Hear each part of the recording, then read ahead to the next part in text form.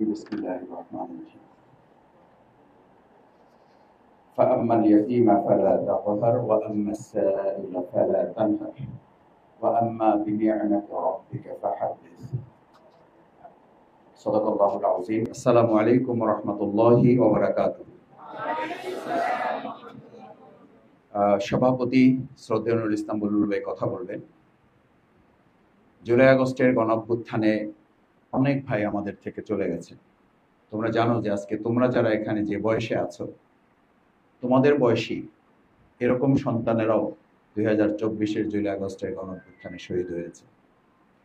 আমরা তাদের জন্য আল্লাহর কাছে দোয়া করি, আল্লাহ তাআলা যেন সমস্ত শহীদদের জান্নাতুল ফেরদাউসের জন্য কবুল করেন।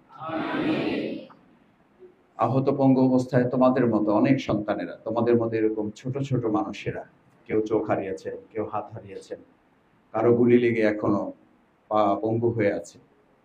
আমরা তাদের জন্য দোয়া করি, আল্লাহ তাআলা যেন তাদেরকে সুস্থ করে তাদের পরিবারের কাছে পরিপূর্ণ সুস্থ অবস্থায় ফিরে যাওয়ার তৌফিক আল্লাহ তাআলা তাদেরকেও দান করেন। আজকে বাংলাদেশ জামাত ইসলামী জুলাই আগস্টকে শুধু স্মরণ করতে চায় না, জুলাই আগস্টকে ধারণ করে, জুলাই আগস্টের যেন গণঅভ্যুত্থান এই চেতনাকে লালন করে আমরা একটা সুন্দর, সুখী, সমৃদ্ধ, ইসলামিক কল্যাণমূলক রাষ্ট্র বিনির্মাণ করতে চাই। কারণ যারা শহীদ হয়েছেন, যারা হাত হারিয়েছেন, পা হারিয়েছেন, চোখ হারিয়েছেন, পঙ্গুত্ব বরণ করেছেন, অসহায় হয়ে পড়েছে যে পরিবারগুলো, সেই পরিবারের একটাই দাবি ছিল, তারা স্লোগান তুলেছিল, দেশটা কারো বাপের না, we want justice. We want justice শুধুমাত্র ইসলাম দিতে পারে। আজকে বাংলাদেশ জামাত ইসলামী সেই ইসলামের ভিত্তিতে আমরা আমাদের কথাগুলো মানুষের সামনে তুলে ধরছি। জুলাই আগস্টের বিপ্লবের অন্যতম চেতনা ছিল আমরা নতুন কিছু চাই, নতুন বন্দোবস্ত চাই। নতুন বন্দোবস্ত পুরাতন কিছুকে নিয়ে হয় না। 53 বছরে যারা কিছু দিতে পারে নাই তাদের নিয়ে মানুষ আর এখন ভাবতে চায় না। মানুষ ভাবতে চায় নতুন কিছু চায়, সে নতুন কিছু দিতে পারে একমাত্র ইসলাম। আজকে যখন সব দিক থেকে আমাদের সামনে হতাশা, ঐক্যমত কমিশনে আমরা একমত হতে পারছি না, আমাদের উপদেষ্টা বৃন্দ যখন বলেন যে সব জায়গায় মানুষ সুদ, ঘুষ, দুর্নীতির সাথে একাত্মতা ঘোষণা করতে চায়, কেউ এর বিরুদ্ধে থাকতে চায় না, আমরা সেই সময় বলতে চাই এই সমস্ত অন্ধকার জাহিলিয়াতকে দূর করে রাসূল করিম সাল্লাল্লাহু আলাইহি সাল্লাম একমাত্র ইসলামকে দিয়ে জাহিলি মদিনাকে সোনার মদিনা করেছিলেন। আজ যদি আমাদের সোনার বাংলা করতে হয়, তাহলে এই জাহিলি বাংলায় যখন আপনারাও দেখছেন সব দিকে অন্ধকার, এই সব অন্ধকার দূর করে আলো বর্তিকা নিয়ে একমাত্র মানুষকে মুক্তি দিতে পারে ইসলাম, ইসলাম এবং ইসলাম।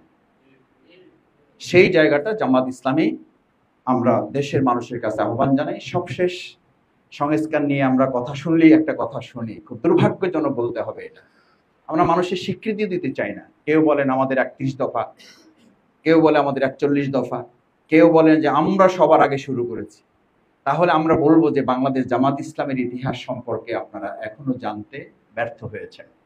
জামাত ইসলামী 1941 সাল থেকে যখন কাজ শুরু করেছে, 4 দফা কর্মসূচির 2 দফাই হচ্ছে রাষ্ট্রের সংস্কার এবং রাষ্ট্র সংশোধন।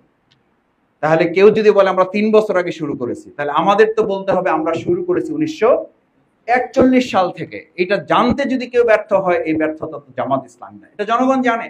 জনগণ জানে বলে জামাত ইসলামী কোনো বছরের কথা উল্লেখ করে আমরা সংস্কারকে ধীরগতি করতে চাই না।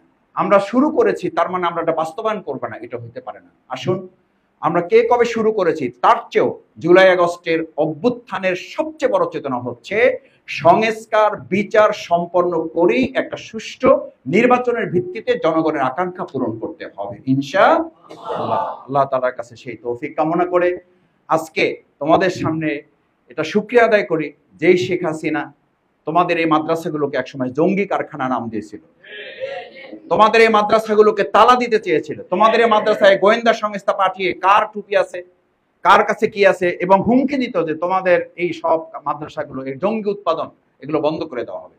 তোমরা ইতিমধ্যে শুনেছো সেই শেখ হাসিনার শুধু কথার উপরে ভিত্তি করে তার ইতিমধ্যে 6 মাসের জেল হয়েছে। আমরা বলি 6 মাসের জেল তার সাথে একটা উপহাস করা মাত্র। তার 6 মাসের জেল, আমি রাস্তায় আসতে গিয়ে একজন রিক্সাওয়ালা আমাকে বললো যে স্যার এটা শুনছেন নাকি যে তার 6 মাসের জেল হয়েছে? আমি বললাম শুনছি। তো ভালো খুশি হয়েছেন না? বলছে না, ওর তো 6 মাসের ফাঁসি হওয়া উচিত। মানে সে 6 মাসের মানে এটাকে সে বলতে গিয়ে আর কি, মানে সে বলছে যে ওর 6 মাসের জেল কি, ওর তো 6 মাসের মানে 6 মাস শুধু ওকে ফাঁসিতে কি করে রাখতে হবে? ঝুলাইয়ে রাখতে হবে। আমরা ট্রাইব্যুনালের কাছে আন্তর্জাতিক এই ট্রাইব্যুনাল যারা আইসিটি যারা বিচার করছেন, আমরা এই সরকার এবং সংশ্লিষ্টদেরকে বলবো, এই যে রাজপথের রাস্তার একজন সাধারণ সম্মানিত শ্রমিকের তার যে আবেগ, 6 মাসের জেল না, তার তো আসলে 6 মাস শুধু ফাঁসিতে ঝুলিয়ে রাখতে হবে। এইটা করা ছাড়া আওয়ামী লীগকে ভবিষ্যতে ফেসিবাদ থেকে আর বাংলাদেশকে আবার মুক্ত করা যাবে না। সেই প্রত্যাশা ব্যক্ত করে, তোমাদের বিভিন্ন সময় কষ্ট হয়েছে, যে জালিমরা আমাদের উপর জুলুম চালিয়েছে, আল্লাহ যেন সেটার জন্য তোমাদের উত্তম যাজা দান করেন। তোমাদের যারা কর্তৃপক্ষ, সম্মানিত শিক্ষক, অভিভাবক যারা এটা দেখাশোনা করেন, আমরাও তাদের সাথে যোগাযোগ রেখে আমাদের মহানগরীর সম্মানিত আমির, আমরা আমাদের মাদ্রাসার ঢাকা মহানগরী দক্ষিণের যত এতিমখানা আছে, আমরা চেষ্টা করি সব জায়গায় খোঁজ খবর রেখে যতদূর সম্ভব তোমাদের পাশে থাকার জন্য। কারণ তোমাদের পাশে আজকে থাকতে পারলে কাল কিয়ামতের দিন আমরা তোমাদের সাথে জান্নাতে থাকতে পারবো। আল্লাহ যেন সেটা আমাদের কবুল করেন। আসসালামু আলাইকুম। জনগণ চিনে গেছে দলটাকে বেশ, জনগণ বুঝে গেছে দলটাকে বেশ। জামাতে ইসলামী বাংলাদেশ, জামাতে ইসলামী বাংলাদেশ, জামাতে ইসলামী বাংলাদেশ, জামাতে ইসলামী বাংলাদেশ, জামাতে ইসলামী বাংলাদেশ, জামাতে ইসলামী বাংলাদেশ। ভুলে গিয়ে জেলার জুলুমের ডোজ, মানুষের কল্যাণে কাজ করে রোজ। ভুলে গিয়ে জেলার জুলুমের ডোজ। জেলা শিক্ষক ব্যাপারটা এরকম না। আমরা রাষ্ট্রীয় কাঠামোতেও আপনাদের প্রত্যেকটা গুরুত্বপূর্ণ সেক্টরে আপনাদের বিচরণ আমরা খুব প্রাণবন্ত ভাবে দেখতে চাই।